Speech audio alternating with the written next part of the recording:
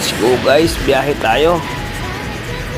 Tayo ng Batangas, samahan nyo ako. Let's go. Medyo malayo ang biyahe, kuyat, pero okay lang. Kayang-kaya naman. Tinadaan ko lang sa sounds yan. Okay lang yan. Kayang-kaya yan. Actually, kakalabas ko lang talaga ng pier. Mapapansin nyo yung bandang kanan, dagat dyan. Tapos yung nakikita nyo yung maraming tao nyan, yan yung mga penalty naghihintay para ang driver nila nakikita nila.